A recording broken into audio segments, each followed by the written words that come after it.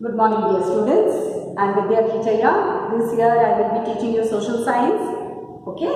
Until last year you were studying EVS, which consisted few lessons of social science and another few lessons of science. Okay. But now this year we are going to study social science, or what you call it as social studies. Social science, like you call it as SST, right?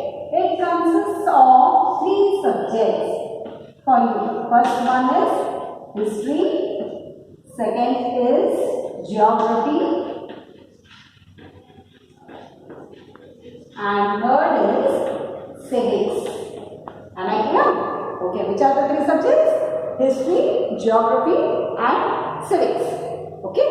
So, but precisely this first chapter, it is going to tell you Introduction to History. That will be our first lesson. Before that, let me tell you what is history. It is a subject which gives you the systematic presentation of past events. Whatever has happened at the past, you will be learning in this subject. Whereas geography is a subject which tells you about land and its location, right? And civics is a subject where you will study about human rights and duties, or citizenship, or constitution. Okay? This is all in civics. But now coming to our first chapter, we will start with the lesson Introduction to History. I don't think you might be having textbooks. Are you having right now with you? Okay. Even if it is not there, I will read a few lines for you, right? This lesson introduces the meaning of history, the uses of history, which have been explained. The sources employed in the formulation of history are also listed. The contribution by the Europeans in the construction of the history of India have been identified in this lesson. So what are you going to study now? First thing is creation of the concept of history. Know the significance of history. Understand the roles and sources in history. Okay, now here you are going to study about some sources. Where do we get history from? And also at the end of the lesson, you are going to study and you are going to recall the contributions of some Europeans to Indian history. Now let's begin this chapter about history. In this lesson, we are precisely going to study, that is thoroughly, what is history. First thing, what is history? Now coming to your textbook part, here it is. The systematic presentation of past events is called history. What does it introduce then? It introduces the journey of human beings. It tells the failures and success of those people who were in this journey. From the failures, you come to know that you should not make the same error again, or the same mistakes which were done by the previous people. And by this you learn success stories from histories. Whichever king was very, very powerful or very outstanding, you learn those qualities from that. This is all learned by history. Now, explaining the historical incidents, the accuracy of time, place and person is maintained. So what are the three questions you have to answer here is, when did the incident took place? Where did it take place? And with whom it was connecting or related to? Which are the three questions here? When, where, and with whom was it related to? Okay, this gives the answer, this box rather, it gives the answer about history. Okay, when did it take place? Where did it take place? And with whom was it connected? Now there is a difference between a story and a history. You cannot tell story as a history, right? No doubt history is in the form of stories. It can be explained in the form of stories. But stories are not history. So for example, I would like to tell you one line here. Once upon a time, there was a king in a place. He fought a war. Does it give any specific information for us? No. One king was there, he lived in this place and fought on. It does not give us any specific information.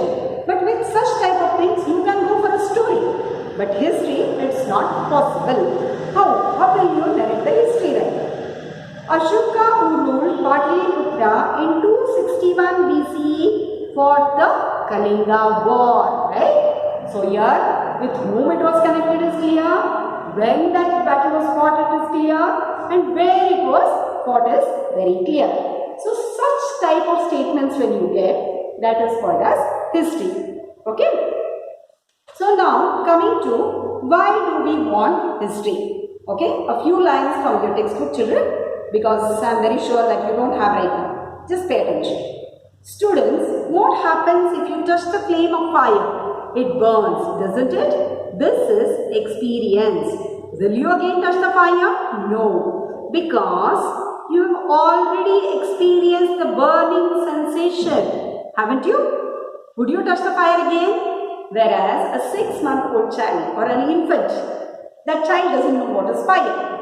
It finds a very attractive thing.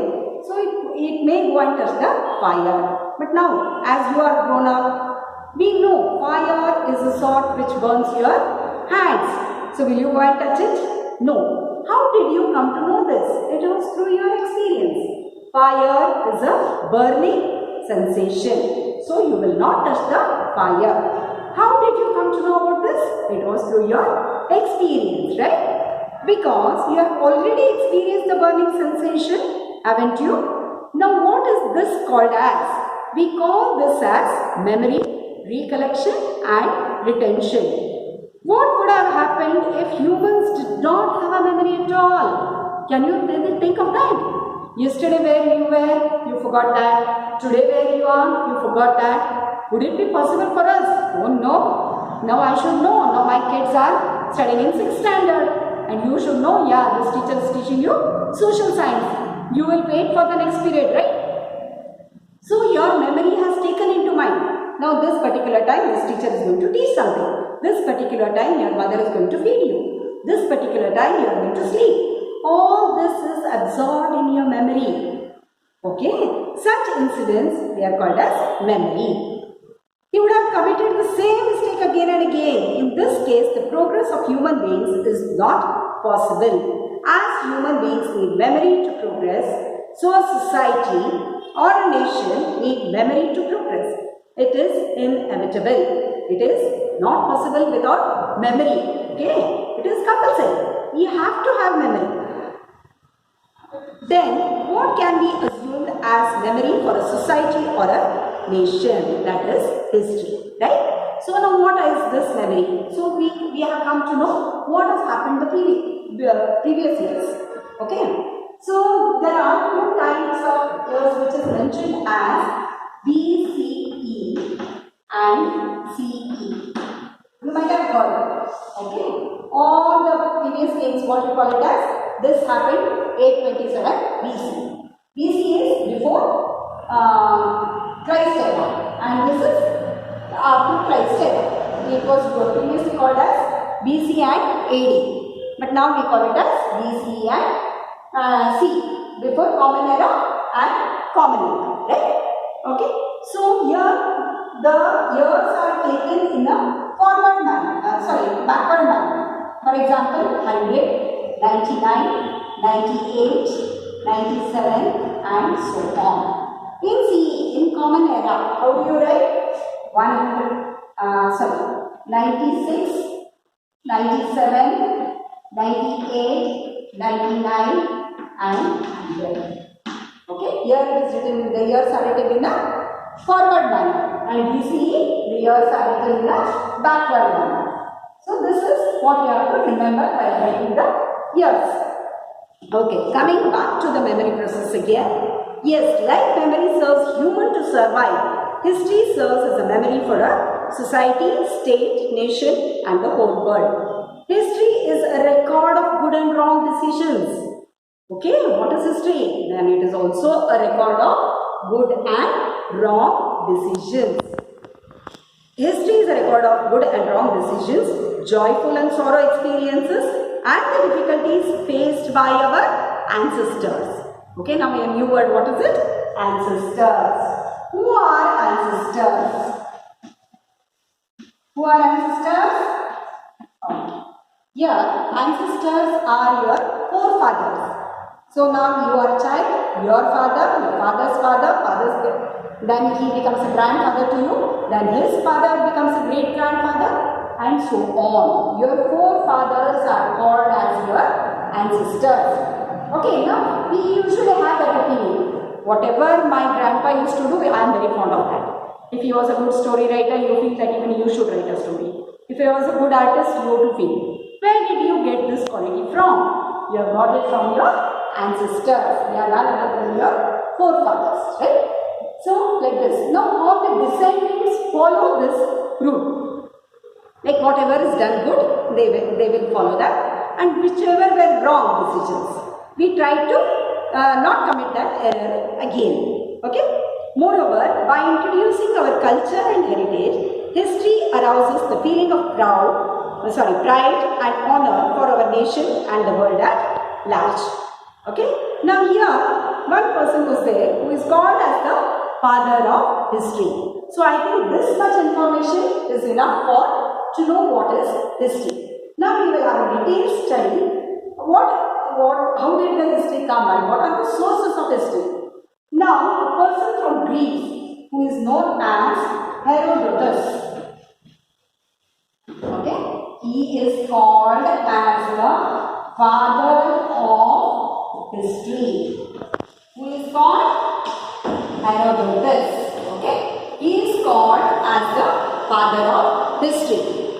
Herodotus of Greece was the first to show the world how to construct history. This immensely valuable history. Hence, he is considered as the father of history. In my next class, we shall begin with the sources of history. Okay? Till then, bye children. I will send you your assignment based on this questions.